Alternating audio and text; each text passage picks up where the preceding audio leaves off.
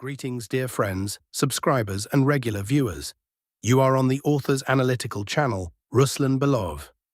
Today on our calendars is Monday, March 9th, 2026, and we are traditionally summarizing the results, as well as discussing in detail the current geopolitical, strategic, and tactical situation in the world and on the front lines. Over the past 24 hours, a colossal number of truly important, and in some places even unprecedented, events have occurred on the line of combat contact and beyond, which could have a significant impact on the further course of the entire campaign. A lot of food for thought has accumulated, maps have been updated, objective control data has been received and analyzed.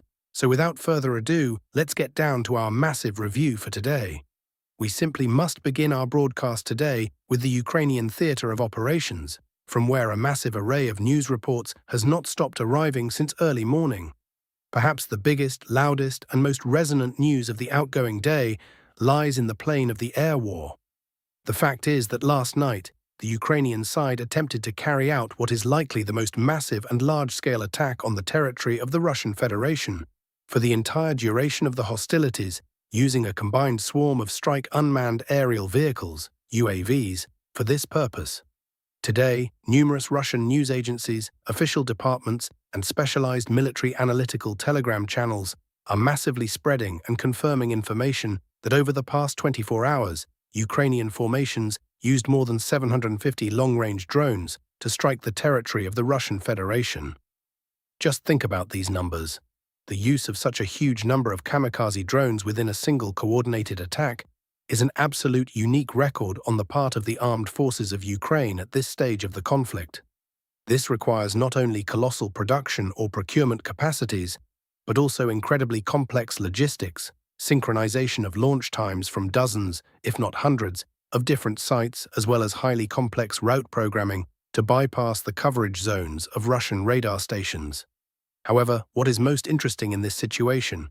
At the moment, there are absolutely no specific details in the open access regarding exactly what strategic or tactical goals the Ukrainian side was pursuing by organizing such an unprecedentedly large-scale raid. Given the lack of information about any critical destruction of infrastructure deep in the rear of the Russian Federation, there is a very high and well-founded probability growing among military experts that the vast majority of these 750 drones were cheap decoy drones. Their main and only goal was to provoke massive operation of Russian anti-aircraft missile systems, expose air defense positioning areas, force radars to light up the airwaves, and, most importantly, simply deplete the ammunition of Russian air defense systems ahead of possible future strikes with more expensive and accurate missile weapons. Because, I repeat, no serious breakthroughs by this armada or painful strikes on Russian factories, airfields, or oil depots were reported. The only truly serious and documented strike that hit territory controlled by Russian units was at the Donetsk airport. These objective control footage was published and actively discussed today, almost without exception, by all sources, both pro-Russian and all pro-Ukrainian media resources. In these videos and photographs, we can clearly see the consequences of a powerful hit on the ruins of the former new terminal of the Donetsk airport. The very terminal that became a symbol of fierce battles and was almost completely destroyed during the first wave of the Donbas conflict in 2014-2015. It would seem, why strike a pile of mangled metal and concrete? But there is logic here in the modern realities of war. Apparently, and this is confirmed by indirect intelligence data, ammunition stockpiles were kept in the vast territory of this former airfield, in its preserved underground communications and basement premises. Perhaps warehouses with Russian strike and reconnaissance drones were located here, or hidden launchers and operator positions were equipped in the ruins to launch drones deep into Ukrainian territory. The dense cluster of debris provides excellent camouflage from satellite observation. On the other side of the geopolitical chessboard, the Russian Federation did not leave these actions unanswered, and also, on the night of March 9th, launched its next extremely massive and painful strike on objects deep in the rear of Ukrainian territory. Relying on the reports of defense ministries and aggregated information from open, independent sources in total, on the night of March 9th, the Russian side used 199 Garand-type strike drones for the attack. And as has become a tradition in recent months of the spring campaign of 2026, the strikes were delivered precisely, systematically, and mainly at objects of critical energy and fuel infrastructure of the Ukrainian state. Throughout the past night and early morning, local residents and partisan resources published a huge amount of photo and video materials from the Poltava region. That night, this specific region became the main target, as the Russian side concentrated its strikes on strategically important gas and oil refining industry facilities. And to be as precise as possible in our geographical referencing, as a result of the filigree work of strike drones, a large gas infrastructure facility near the settlements of Veliki Budishcha, as well as in the vicinity of the settlement of Pleshevets, was practically completely destroyed or disabled for many months. These frames that you can now observe on your screens were promptly published and verified by Russian sources. In these frames, we see directly this very infrastructure facility, which was subjected to several waves of massive strikes. The site is, frankly speaking, apocalyptic. As a result of direct hits, a large number of massive hydrocarbon storage tanks were completely knocked out and torn from the inside. A little later, closer to dawn, NASA's firm's fire monitoring satellites recorded, and local authorities confirmed, information regarding giant fires that engulfed this direction. We can see on the screens a rather large, one might say catastrophic, fire at the facility. According to preliminary visual estimates by specialists, the area of the fire and collateral destruction possibly covers up to 50% of the entire territory of this critically important gas infrastructure facility. Restoring such capacities in the context of an ongoing conflict and a shortage of Western components is a task of colossal complexity, which will inevitably affect the fuel supply not only of the civilian sector, but also of the armed forces of Ukraine's logistics in the central regions. But the matter was not limited to the Poltava region. Also last night, intensive strikes were carried out on the southern regions of Ukraine. The air raid siren did not stop for a minute. Strikes were also carried out on the western regions, which are traditionally considered the deep rear and logistical hubs for Western aid.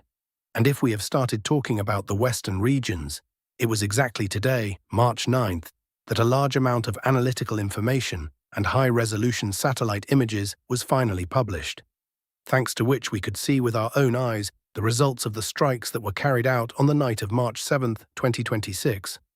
Allow me to make a slight lyrical digression and remind you of the chronology. On the night of March 7th, the Russian army launched an extremely massive combined missile and drone strike on Ukraine's energy infrastructure facilities. We have already seen and discussed in detail a similar heat map of explosions in past episodes. But the problem was that directly on the day of the strike, and more precisely, on the night of the strike itself, due to strict censorship and the work of Ukrainian special services, there was extremely little information. The so-called fog of war hung in the information field, and there were no specifics regarding exactly which facilities were hit and the extent of their damage. Today, thanks to commercial satellites and OSINT intelligence, this highly valuable information is already present in the open access, and we can draw concrete conclusions.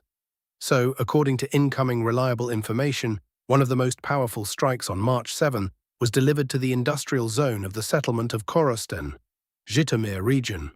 To be even more precise, the missiles hit this large plant, which, as you can see on the map, is located in its central part and has a developed network of railway access tracks. And we can see on the detailed images that as a result of these precision strikes, capital hangars were seriously damaged and extensive storage facilities were destroyed. The nature of the roof collapse and the scattering of debris indicates that the strike was delivered by quite powerful warheads, possibly Kh-101 cruise missiles or ballistic missiles. Obviously, this facility was not used for its direct civilian purpose, but as a large transshipment point for storing military equipment or ammunition arriving from the western borders. Confirmed information is also arriving about a very precise strike on a large traction electrical substation near the settlement of Polon, Khmelnytsky region. A strike was launched at this nodal energy infrastructure facility, which ensures the uninterrupted movement of electric locomotives on a critically important railway direction. And now, on the updated images from space, we can also observe the deplorable results of this strike for Ukrainian logistics. Visually, this is expressed in the form of deep craters and large black spots from transformer oil fires right in this part of the complex. That is, several key transformers apparently, as well as important engineering distribution structures on the territory of this traction substation, were irretrievably destroyed. This means the automatic paralysis of the movement of railway trains with military equipment and personnel on this section until diesel locomotives are brought in, which Ukraine currently also has an acute shortage of. Just today, fresh footage appeared, more precisely multispectral satellite images from the area of the Pridniprovska thermal power plant. And here, by applying filters, we can also clearly see the difference between the images from different dates and have a more or less clear idea of where exactly the strikes hit and how badly the roof of the turbine halls is pierced. And to summarize this entire huge block of information on the air campaign, we can indeed draw an unambiguous conclusion with complete confidence. The conclusion is that as a result of the planned strike on the night of March 7th by the aerospace forces of the Russian Federation, they managed to critically damage, disable, and inflict irreparable harm to a large number of energy, fuel, and most importantly, critical military transport infrastructure facilities on enemy territory. Further on, from aerial matters we traditionally descend to the ground and move directly towards the red-hot line of combat contact. And we will perhaps begin our land overview with the hottest, most important and dynamic sector on the entire map. This is the Dobropilya sector of the front. It is here that the Russian army, having gathered a powerful strike fist, has been conducting a continuous, active and very fierce offensive primarily in the northwestern direction for several days now. The main strategic goal of this large-scale operation is extremely clear: the final breakthrough of the echeloned defense of the armed forces of Ukraine in Donbas, and the long-awaited entry into the Dnipropetrovsk operational space, where the enemy no longer has such serious fortification lines, concrete pillboxes, and minefields. Let's look at the screen. This is how the line of contact and our map have been adjusted in this sector over the past few dramatic days. We are not just seeing local skirmishes, we see that the Russian side is advancing with a broad, unified front over a huge stretch, starting from the direction of the settlement of Hryshine and ending with the flank near the settlement of Udakne. It is here, on this arc, that the largest, most massive adjustments in territorial control in favor of the attacking side are recorded today. Let's restore the chronology. Already on March 6th, our headquarters received reliable information about the almost complete conclusion of hostilities and the clearing of the settlement of Hryshine. On March 7th, information came in about a rapid breakthrough and the advance of Russian assault units in the area of the settlement of Serhivka. The assault was conducted mainly from the southern direction. At the same time, a couple of days ago, the first, albeit timid, news appeared that the advance Russian units had not only managed to approach, but had also managed to gain a foothold in the eastern part of this settlement, engaging in street battles. Simultaneously, to stretch the AFU reserves, confirmed information also arrived about the advance of the Russian army in the area of Novopidorodny. And in fact, by the end of the day on March 7th, the Russian side had completely knocked out the enemy and controlled more than 50% of this seemingly small but tactically important village, which is located exactly in the direction of the next defense node, the settlement of Medzhov. On the eve of March 8th, additional information arrived about the improvement of positions and the alignment of flanks, again in the Hryshine area, where Russian troops expanded their zone of control around the village. And today, March 9th, the Russian army is not slowing down and continues a methodical offensive in this sector, grinding up the arriving reserves of the Ukrainian army. And what is most indicative, this success is recognized not only in Russia, plus even pro-Ukrainian military cartographers, analysts from the Deep State Resource and other Western institutes for the study of war also reluctantly but nevertheless confirm the information about the unstoppable movement of Russian troops on this strategically important direction. If we take and analyze the entire huge multi-kilometer front line from the Black Sea to the forests of Belarus as a whole, the picture is as follows. At the moment, the Russian army maintains a truly high pace of advance, and the initiative in only two key areas. First, it is the Dnipropetrovsk direction, the very one we just analyzed in such detail. And secondly, it is the Sloviansk direction, where pressure is coming from Siversk along the strategically important M03 highway. In all other countless directions, Zaporizhzhia, Kherson, Vuhledar, the pace of the offensive has either significantly decreased due to the spring thaw and troop rotations, or generally, absolutely no information is published about these sectors in the information space, which indicates the positional nature of the battles. It is worth noting, however, that periodically on the network, like flashes, news appears about the advance or activity of Russian sabotage and reconnaissance units along the northernmost directions. We are talking about permanent tension along the state border in the area of contact between the Sumy and Kharkiv regions. However, speaking frankly and professionally about this hypothetical offensive, it is still too early to draw any far-reaching conclusions here. Most likely, we are observing reconnaissance in force, the pinning down of AFU reserves, and the creation of a so-called sanitary zone, rather than a full-scale breakthrough aimed at capturing major cities in the north. Further along our route, we move with you to the Kostiantynivka sector of the front.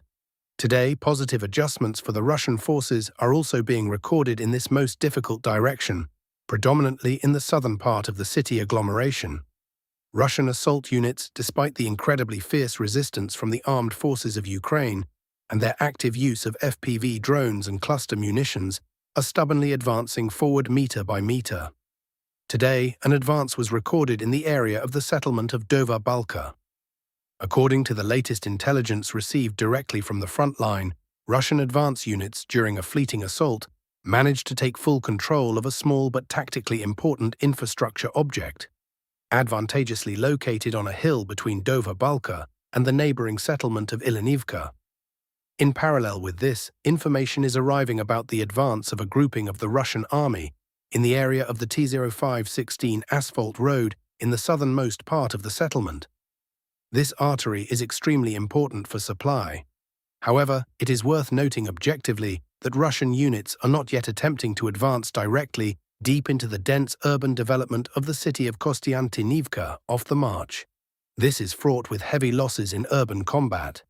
Instead, the command is using an envelopment tactic.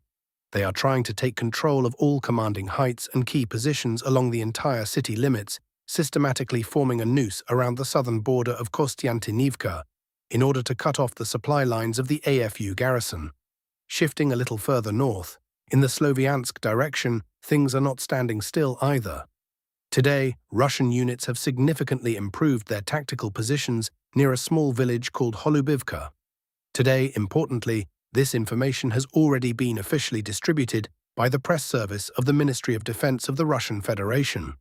According to the department's spokesperson, during a well-planned operation, the Russian army managed to advance significantly in this difficult, rough terrain.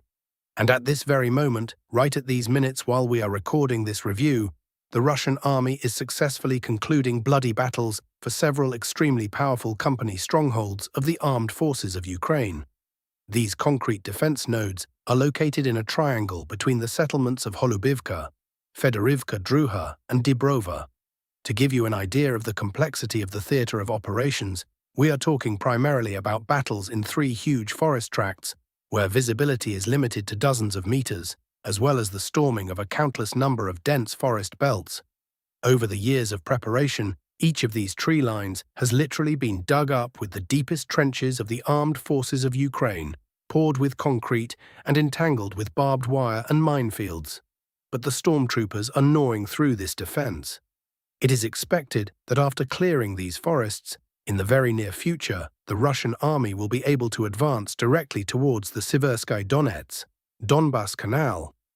Forcing this natural water barrier or taking control of the crossings will mean that the Russian army will begin to develop a full-scale offensive northward even more actively, straight towards a strategically important hub, the settlement of Oleksandrivka. Meanwhile, in the enemy's near rear, the situation is also heating up. A massive crushing strike was delivered to the largest city of the agglomeration, the settlement of Kramatorsk, using Russian aerospace forces' frontline aviation. Most likely, heavy high-explosive aerial bombs with universal gliding and correction modules, FAB with UMPK, were used. Today, this video and photo information is massively distributed by various sources and local public pages.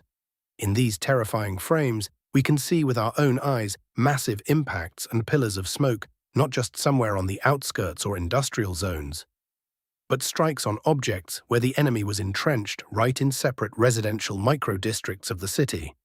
This fact of using glide bombs right on Kramatorsk itself unambiguously tells us that the front line is inexorably shifting to the west, and Russian ground units are getting closer and closer to this major settlement, pulling it into the zone of assured destruction not only of missiles, but also of tactical aviation. And finally, let's move with you to the northernmost sectors of the front to complete the picture of the day.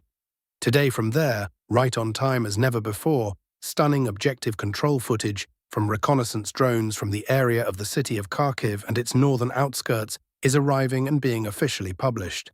In these exclusive thermal camera frames, we can observe in real time the legendary American HIMARS multiple launch rocket system of the armed forces of Ukraine. This highly valuable target was masterfully tracked and pinpointed by Russian UAV operators during long multi-day reconnaissance operations to identify the enemy's roving firepower.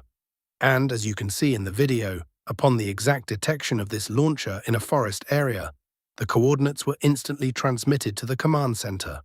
An extremely precise strike was immediately delivered on it without delay using a German strike drone, or, according to another version, an operational tactical missile complex. We see a massive secondary detonation of specific rocket fuel, which tears the vehicle to pieces. As a result of this brilliant strike, the expensive and dangerous HIMARS launcher, along with its crew and ammunition, was completely and irretrievably destroyed. Let me remind you, so that you understand the strategic intent. In this northern direction, the Russian side is systematically trying to advance and expand the buffer zone in the area between the border settlements of Liptsy and Vovchansk. And this is being done with one single, but vital goal: to physically push the Ukrainian artillery and missile launch sites as far away from the border as possible, with the aim of radically reducing the intensity of terrorist strikes on the peaceful neighborhoods of the long-suffering Russian regional center, the city of Belgorod and its surroundings. The destruction of systems like HIMARS on the approaches to the border means hundreds of saved lives among the civilian population. And on this positive note for the Russian forces, our large, detailed and in-depth review for today has come to its logical conclusion. That is all, dear friends. I want to say a huge thank you to you for finding the time, watching my broadcasts to the end, and delving into the essence of the complex geopolitical and military processes taking place. Be sure to subscribe to my channel, Ruslan Belov, if you haven't already done so as not to miss the daily analytical summaries. Be sure to hit the like button. It's the best motivation for me to gather and analyze information for you day after day. Write in the comments what you think about today's unprecedented drone raid and the breakthrough in the Dobropilya direction. Take care of yourselves and your loved ones, wishing you peaceful skies above and all the very best to you. See you again tomorrow at the same time.